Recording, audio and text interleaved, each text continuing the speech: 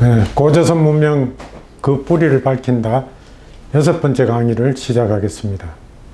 이번 시간의 주제는 홍익인간 이념의 실상 탐색과 현대적 실천입니다. 고조선 사료하면 우리는 홍익인간 이념을 제외해 둘 수가 없습니다. 홍익인간 이념은 세계적인 이념이죠. 그래서 그 구체적인 뜻이 뭔가, 그리고 그 뜻을 오늘날 어떻게 우리가 생활 세계 속으로 가져갈 건가. 옛날에 홍익인간 이념이 이랬다 하는 사실을 아는 데서 그치는 것은 중요하지 않습니다. 그건 지식 자랑에 끝나요. 그것을 어떻게 우리 생활 속에서 실제로 실현시켜서 더 살기 좋은 세상을 만드는가, 여기까지 가야 홍익인간 이념의 뜻을 진정으로 이해한 것이 아닌가, 그렇게 생각합니다. 먼저 홍익인간 이념을 왜 알아야 하는가 하는 질문부터 던집니다. 첫째로 홍익인간 이념은 우리나라 최초의 민족 국가인 환웅의 신시국 건국 이념이기 때문입니다. 뭐 조선시대나 뭐 고려시대 건국 이념이 아니라 우리나라 민족의 출발점을 말하는 민족 사상이죠. 그렇기 때문에 중요하게 주목하지 않을 수 없습니다. 두 번째로는 홍익인간은 민족 이념으로 지금도 부강할 뿐 아니라 미래도 추구해야 할 이상이기 때문입니다. 뭐 몇 차례 이야기했지만은 우리나라 교육법에도 홍익인간 이념이 명시되어 있습니다. 근데 오늘날 우리가 홍익인간 이념 교육을 정말 교육법에 따라서 하고 있는지 이건 되물어 봐야 합니다. 그리고 이게 우리가 미래에 어떻게 가져가야 할지. 그래서 이거는 살아있는 이념이지 고조선 시대와 함께 사라져간 이념이 아니다. 그러므로 이 이념을 우리가 주목하지 않을 수가 없습니다. 세 번째로는 이것이 우리 민족뿐만 아니라 온 인류가 공동으로 추구해야 할 세계적인 공동선의 가치관이라고 하는 것입니다.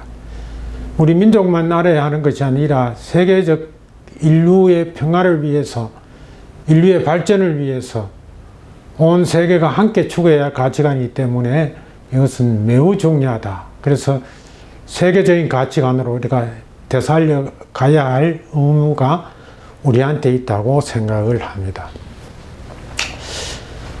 그러면 홍익인간에 관해서 무엇을 어떻게 알아가야 할까요?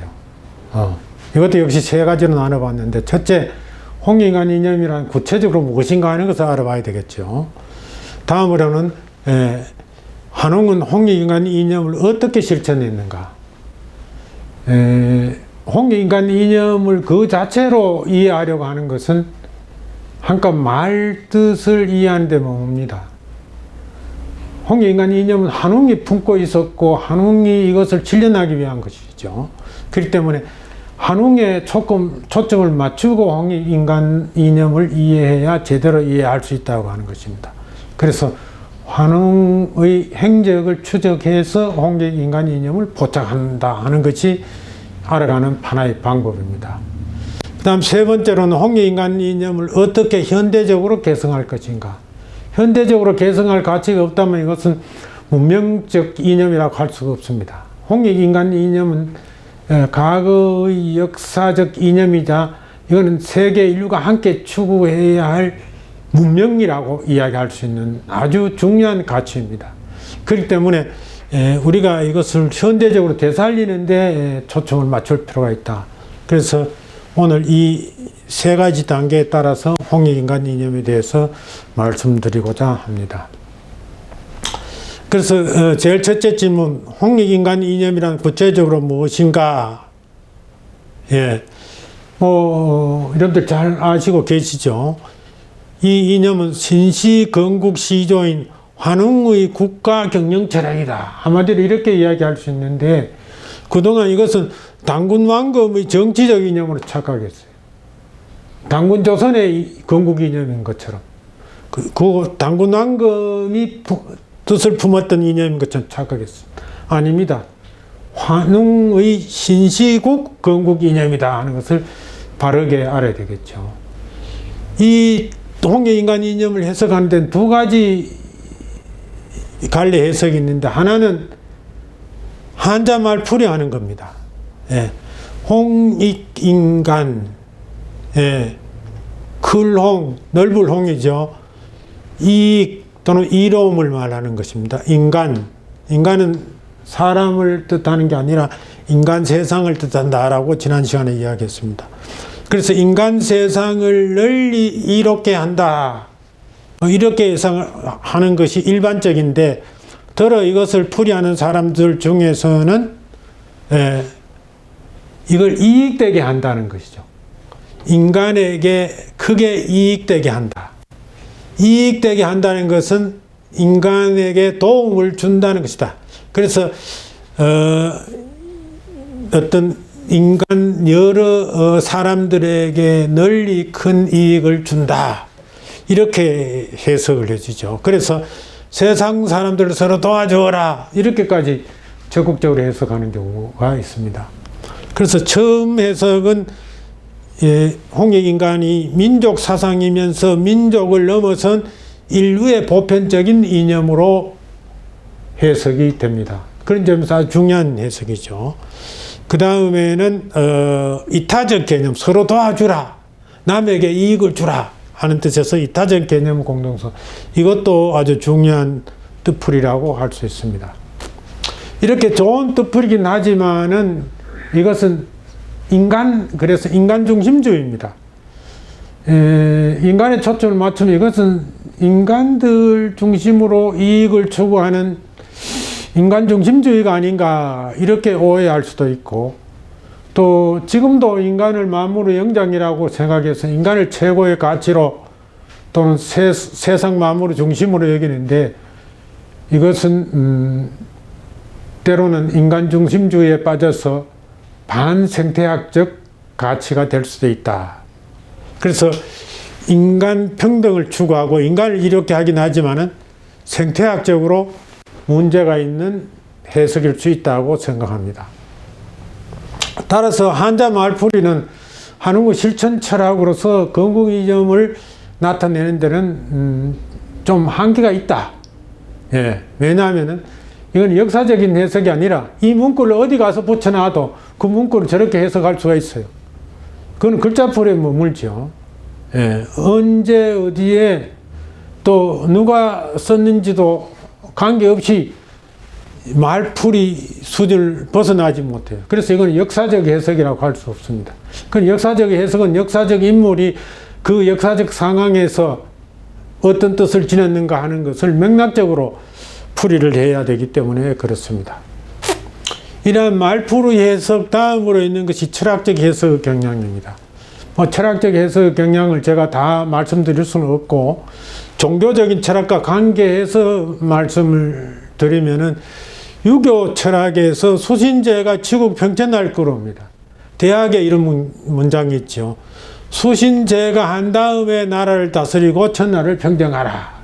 이 뜻이 바로 홍익인간의 뜻과 마찬가지다. 이렇게 해석하거나, 또는 논어에 있는 박시재중, 그래서 널리 베풀어서 많은 사람들을 구제하다. 또는 숙이 아닌, 또는 숙이 치인, 그래서 스스로 마음을 닦아서 주위 사람들을 편안하게 한다 하는 그런 뜻으로 홍익인간을 철학적으로 해석을 합니다. 이렇게 해석하는 것은 환웅의 고유 철학을 공자 철학으로 치환시키는 그런 폐단이 있을 수가 있습니다. 이것은 천황의 철학이지 공자 철학이 아닙니다. 그런데 공자 철학을 끌어와서 그 공자보다 훨씬 더 오랜 전에 환웅의 철학을 설명하는 것은 문제가 있다는 것입니다. 또는 불교의 철학을 끌어와서 원효가 대승 기신론소에 홍익중생이라는 말을 썼어요.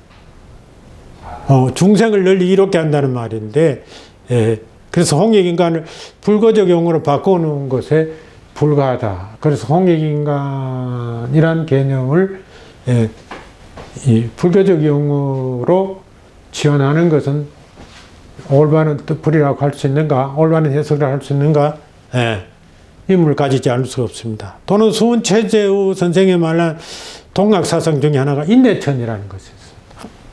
인내천 사상이라는 것은 사람이 곧 하늘이다. 사람을 하늘처럼 소중하게 떠받들어라, 그런 뜻이죠. 이것도 역시 마찬가지로 이것은 아주 근세 사상인데, 우리 태초에 있었던 우리 민족 고유 사상을 이렇게 근세 사상으로 바꾸어 놓는 것은 적절한 말풀이라고 할 수 없다. 역사적 해석이라고 하기는 어렵다. 그러므로 기존 동상 사상을 끌어다가 홍익인간 철학을 현학적으로 설명하는 것은 신시건국 시조인 한웅천학의 건국 이념을 후대 종교 사상을 끌어와 하기 때문에 본말이 전도된 것이다. 그리고 역사적 맥락에서도 벗어난 것이라고 할 수 있습니다. 바람직한 해석은 뭐냐? 홍익인간은 우리 민족 고유 철학이라는 것이다. 그것을 자각해야 되죠. 그렇지 않으면 다른 철학 끌어다가 그건 대신 설명하고 말아요. 그래서 구체적으로 환웅천학의 정치 철학이자 신시국의 건국 이념이라는 역사적 맥락을 벗어나서는 곤란하다는 것입니다. 그래서 이 환웅본풀이의 맥락 속에서 홍익인간 이념을 포착해야 되는데, 그 까닭은 환웅은 홍익인간의 뜻을 펼치기 위해 인간 세상에 간 겁니다. 환웅이 인간 세상에 온 목적이 어디 있는가? 홍익인간 이념의 뜻을 품었기 때문에 환인이 내려가라고 한 것이죠. 그래서 우리는 당군이 홍익인간 이념 주체라고 생각하는 사람 상당히 많아요. 그래서 환인, 환웅, 당군 가운데 누가 홍익인간의 주체인가 이런 것도 밝혀야 됩니다. 그건 삼국유사 고조선조를 읽어보면 그 사람이 나타나 있죠. 함께 읽어보면은 이런 대목이 있습니다. 환웅이 늘 천하의 뜻을 두어 인간 세상을 구하려고 탐구인세 하려고 하자 아버지 한인이 아들의 뜻을 헤아리고,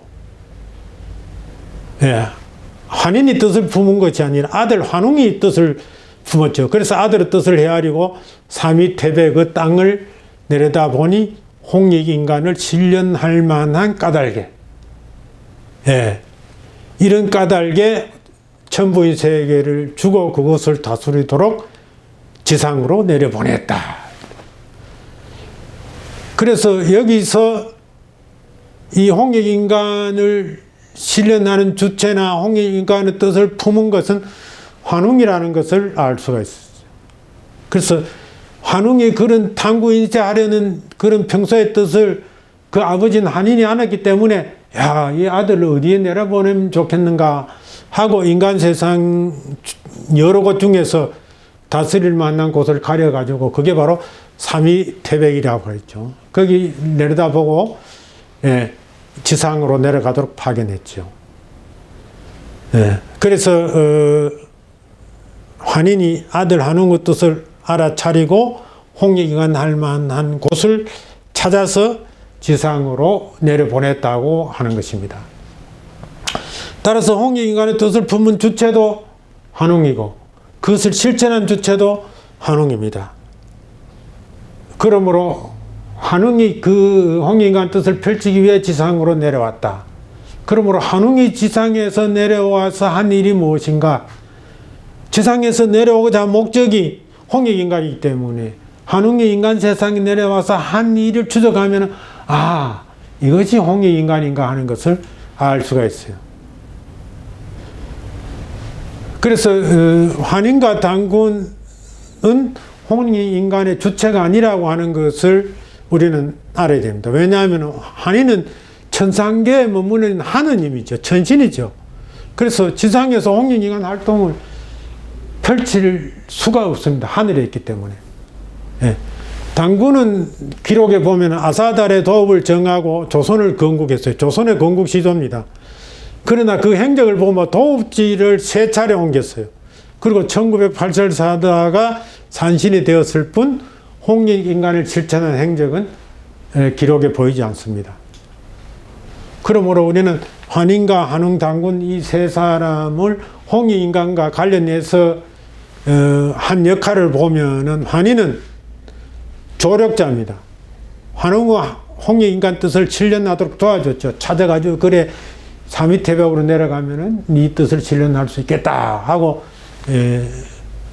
파견한 도움을 준 자죠. 아버지로서. 예. 환웅은 홍익인간 뜻을 품고 지상으로 강림해서 자기 뜻을 실현하고자 한 실천 주체입니다. 당군은 홍익인간 뜻하고 아무 관계없는 행적만 기록되어 있어요. 그러나 환웅은 아들이기 때문에 홍익인간의 뜻을 이어받은 계승자가 아닐까. 그래서 조력자, 실천 주체자, 계승자 이렇게 환인, 환웅, 당군의 역할을 나누어 볼 수가 있습니다. 예. 진짜 홍익인간 이념을 실천한 사람이 있잖아요. 그 존재가 바로 환웅이에요. 그래서 환웅이 지상에 내려와서 어떤 일을 했는가 하는 것을 구체적으로 살펴보면 환웅이 한 이런 일이 바로 홍익인간의 뜻이구나 하는 것을 알 수가 있습니다. 그래서 환웅의 행적 속에서 찾아보는 홍익인간이 진짜 홍익인간의 뜻이라고 우리는 말할 수가 있습니다. 환웅의 총체적 행위를 보면 탐구 인세의 뜻을 품고 홍익인간 이념을 실현하기 위해 천상에서 지상으로 내려왔지요. 그래서 지상계로 하강하여 재상을 홍익인간의 뜻에 맞게 제세 이하로 다스렸다. 그러므로 신시국 경영의 열쇠말은 두 가지입니다. 키워드가 홍익인간 제세 이하다. 그래서 환웅이 신시국을 어떻게 다스렸는가 하는 것은 바로 이 두 낱말 홍익인간 제세 이하에서 찾으면은 큰 열쇠를 푸는 것과 똑같아. 예. 이것을 비유적으로 말하면 환웅은 구세주와 같은 실천을 했다는 것이죠. 구세주, 예수께서 인간 세상을 구하기 위해서 이 땅에 태어난 것처럼 환웅은 인간 세상을 구하기 위해서 탐구 인쇄하기 위해서 탐구 인쇄의 뜻을 품었다. 탐구 인쇄하기 위해서 자기 몸을 천상에서 지상으로 던졌다. 환웅은 천신인 환인의 아들이에요. 환인의 아들이면 신의 아들이 신이잖아요. 그 하늘 세계에 있으면 얼마나 완벽하고 편안한 삶을 누렸겠어요. 그런데 인간 세상으로 내려왔다는 거죠. 예. 그래서 고귀한 신분의 존재가 가난하고 어려운 사람들을 돕기 위해 빈민들 속으로 들어가 그들과 함께 생활하며 봉사활동하는 것과 똑같다 하는 것입니다. 예, 여러분들 이런 실천을 하기 어렵습니다. 재벌 아들이 빈민들 속에 들어가 그들과 함께 생활하면서 그들을 도울 수 있겠어요? 예, 돈은 얼마 내놓는 것은 수억 내놓는 것은 쉬운 일입니다. 그런데 이렇게 실천하는 활동을 하는 것은 참 어렵습니다. 그런데 그런 실천을 한 보기를 하나 들겠습니다. 소록도의 한센병 한자촌이죠. 그런데 그 소록도에 와가지고 평생 봉사활동을 하다가 개국한 두 천사가 있는데 바로 마리안느 수녀와 마가레트 수녀입니다. 마리안느 수녀와 마가레트 수녀입니다.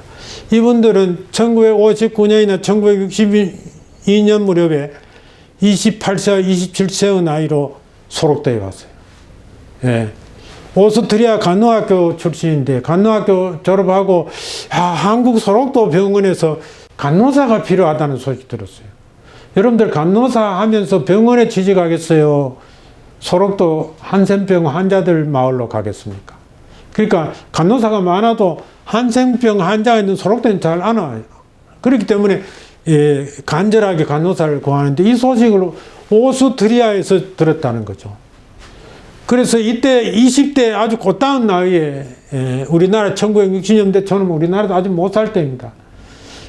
그때 와서 한 40여 년 봉사하고 70세 할머니가 되자 2005년 11월 어느 새벽에 아무도 몰래 편지 한 장 남기고 본국으로 귀국했다고 합니다. 돌아갈 때에는 그냥 올 때 들고 왔던 작은 가방 하나 들고 돌아갔대요. 왜 돌아갔는가? 나이도 많고 또 몸에 지병도 생기고 해서 자기는 간호사라서 이 사람들을 도우러 왔는데 오히려 이제 이 사람들이 자기를 도와야 될 형편이 될 수도 있다. 그래서 폐를 끼치기 싫다고 해서 또 남들이 말리기가 싶어서 아무도 몰래 편지 한 장 남기고 본국으로 귀국했다고 합니다. 사실 천사 두 분이 왔다 간 거나 다름없지요. 가슴이 아주 곤란한 이야기입니다. 그래서 뭐 돈 많은 사람들이 가난한 자나 병든 자를 위해가 성금을 내놓는 일은 뭐 너무나 쉽게 할 수 있어요. 그러나 직접 빈민이나 환자들과 생활하면서 평생 동안 봉사활동을 하는 일은 천사가 아니면 하기 어렵습니다. 성인이나 할 수 있는 일이죠. 바로 이런 분들입니다. 예를 들면 인도의 성녀로 알려진 마더 데레사 수녀님, 이분이죠. 평생을 가난한 이웃과 함께하고 집 없는 아이들을 보살피다가 돌아가셨죠. 그래서 성녀로 알려져 있습니다. 예. 그런 일을 누가 했느냐? 한인의 아들 환웅이 했다. 바로 그런 일을 위해서 인간 세상에 오신 분이죠. 그러니까 제가 구세주나 다름없다고 하는 것입니다. 그래서 한웅이 인간 세상에 와서 한 일이 바로 홍익인간 이념 실천인데, 구체적으로 어떤 실천을 했는가 하는 것입니다. 그래서 한웅은 구체적인 행적을 크게 민족 내부에서 한 대내적 활동, 그 다음 민족 바깥 다른 민족과 관계해서 활동한 대외적 활동을 각각 3가지씩 6가지로 나누어서 살필 필요가 있습니다. 한웅이 자기 민족 내부, 한웅족 내부에서 어떻게 국가를 다스렸는가. 첫째, 둘째, 셋째로 나눠봤는데, 하늘에서 내려올 때 풍백, 우사, 운살 거느리고 인간 세상으로 하강했다고 그래요. 그리고 둘째, 주곡, 주명, 주병, 주영, 주선악 등을 주관했다. 세 번째로 360여 가지 일을 제세이하했다. 이거 국내 정치, 민족 내부의 대내적 활동을 3가지로 나눠봤어요. 그래서 첫째 활동부터 차례로 보면은 풍백우사 운사를 거느렸다고 하는 것은 무슨 뜻인가? 비바람과 구름신을 거느렸다는 것인데, 요즘으로 말하면 자연의 기상과 일기를 친숙하게 알고 거기에 맞는 생태학적 삶을 실천했다고 하는 것입니다. 자연에 순응해서 복종한 것도 아니고, 자연을 정복해서 지배한 것도 아니고, 자연의 주체로서 이 비, 바람, 구름과 대등한 관계 속에서 생태학적 공생을 했다 하는 것입니다. 그래서 첫째 홍익인간 이념 뭔가? 자연현상에 주체적으로 적응하는 생태학적 실천을 했다. 이거는 요즘에도 아주 절실한 가치관입니다.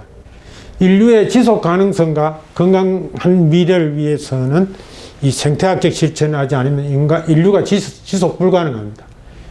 인류가 생태학적 위기에 의해서 괴멸될 수도 있다. 그래서 요즘 환경운동이라든가 생태운동이 일어나고 있잖아요. 그런 점에서 굉장히 중요한 가치관입니다.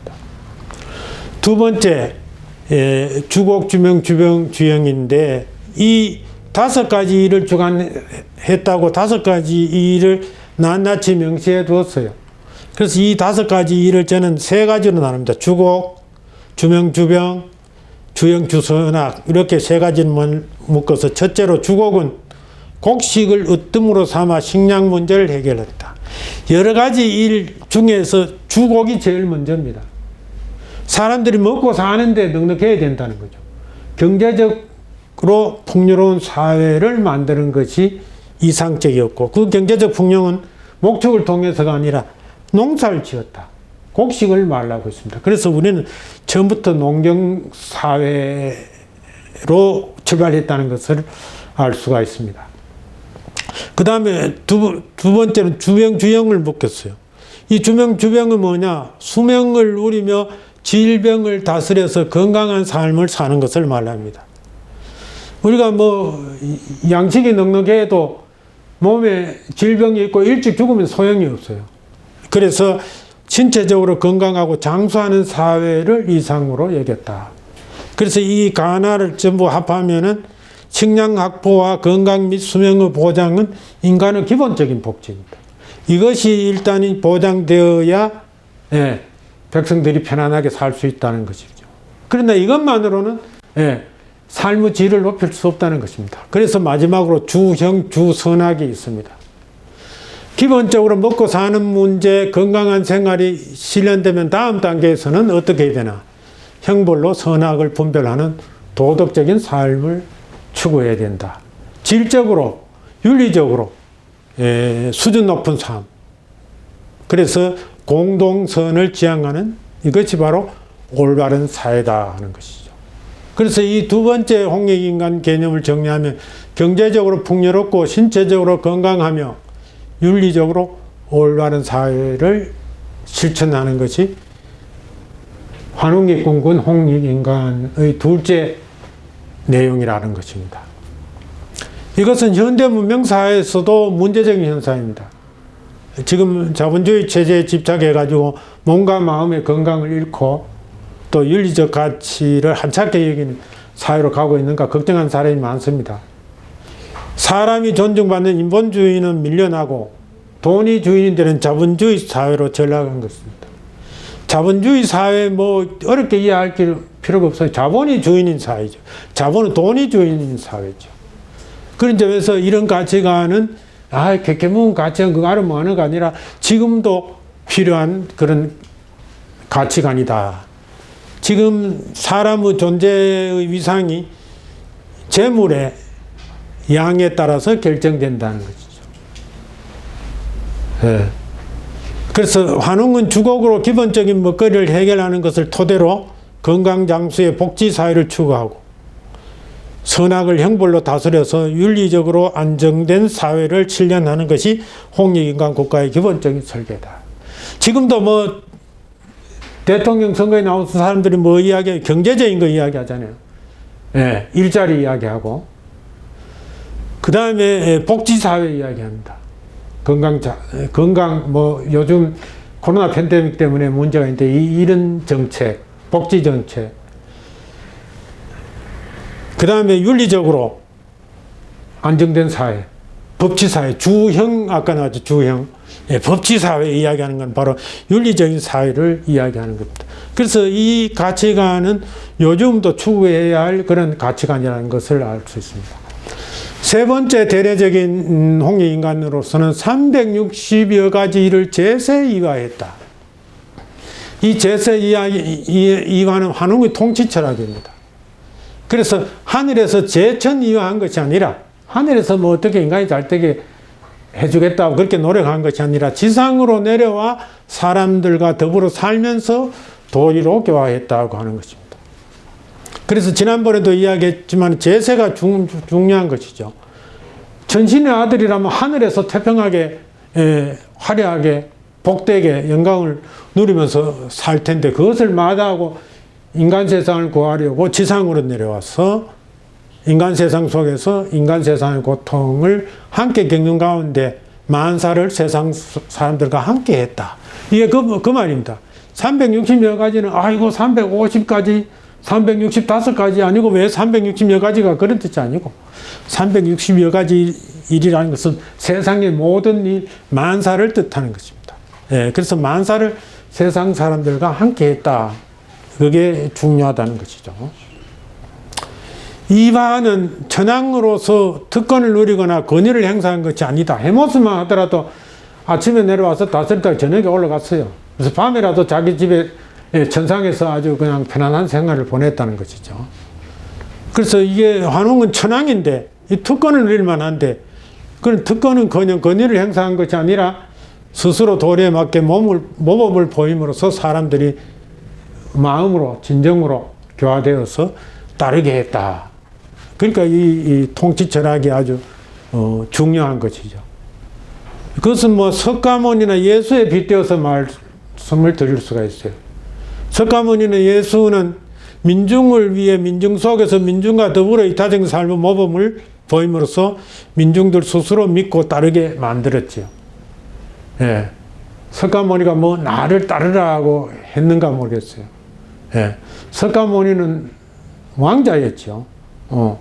왕자로서 궁궐 속에서 화롭게 살다가 궁궐 밖에서 힘들게 병들고 가난하게 사는 사람들을 보고 인간의 생로병사는 도대체 뭔가 하고 그들 속으로 들어갔지요.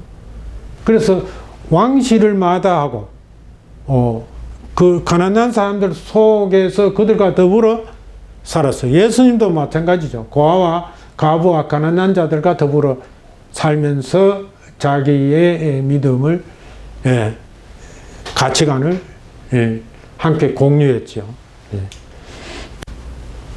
그래서 셋째 홍익인간은 제세이와 가치라고 할 수 있는데, 이 제세이와 가치는 시간과 공간을 초월해서 온 인류가 추구해야 할 아주 이상적인 가치관이라고 하는 것입니다.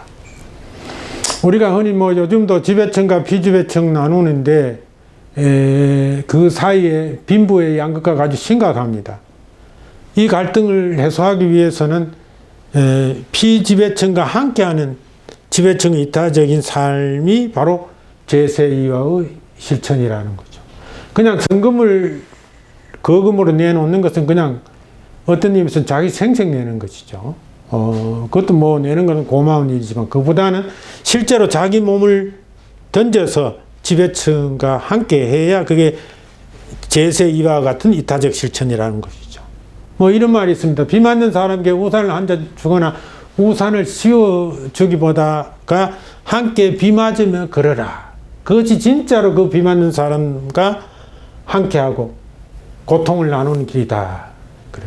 바로 제세이와는 비 맞는 사람과 함께 걷는 거나 다름없는 그런 가치관이라는 것입니다.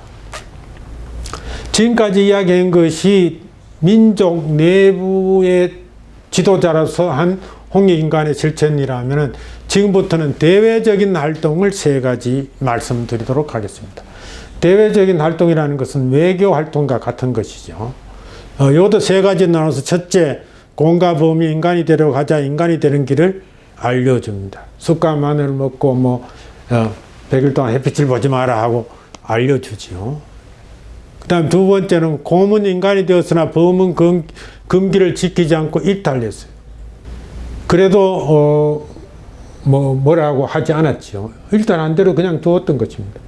이게 대외적 활동이에요. 다른 민족에 대한 외교적 태도죠. 세 번째는 여성이 된 곰내가 찾아와 혼인을 청하자 혼인에 응했다. 이게 이른바 한웅본풀이 고조선 사료 고기에 있는 대외적인 홍익 활동 세 가지를 사실대로 요약한 것입니다. 이것을 해석해 보면 어떤 홍익인간의 뜻이 갈무리 되어 있는가 하면은, 곰과 범이 찾아와서 인간이 되게 해달라고 요청한 것은 왜 그랬을까요? 짐승이 인간으로 변신하게 해달라는 뜻이 아니고, 곰족과 범족이 그 한웅족과 이웃에서 같이 살다가 보니까, 야, 한웅족이 사는 거 신통하거든요. 뭐가 신통하는가? 야, 홍익인간 제세이와 모습 하는 것을 보니까 사는 삶이 다른 거예요. 가치관이 다른 거예요. 살림살이가 달라요. 앞에 우리가 했던 그런 게 다스렸으니까. 그래서 그 사는 모습을 보고 감동한 것이죠. 실제로 한웅족 생활을 보면은 주곡이 어떠면 농사 짓는 생활이었어요. 농사 짓는 생활을 하니까 정착 생활이었어요. 그리고 아까 살핀 것처럼 주명, 주병 그랬잖아요. 건강 장수 생활이었어요. 그 다음에 주형, 주선악처럼 윤리적 생활이었어요. 이런 것을 보니까 유목민족이었던 곰족과 범족을 봐서는, 야, 이 선진 농경 문화가 아닌가. 우리가 한때 선진국을 동경한 것처럼 이 민족들도 한웅족의 이 생활, 또 이러한 통치 이념 이런 것을 보고 선진 문화로 동경했어요. 우리도 저 한웅족처럼 되고 싶다고 하는 것이죠. 그래서 인간이 되게 해달라고 요청한 것은 곰과 범이 인간으로 변신하게 해달라는 그런 말이 아니고, 당신네 한웅족처럼 우리도 인간답게 살도록 도와주세요, 이렇게 요청한 것입니다. 달리 말하면은 유목민들인 곰족과 범족이 선진 농경 문화를 가진 한웅족을 찾아와서 당신네 문화를 좀 전수해 주세요, 이렇게 말한 것이나 다름없다는 것입니다.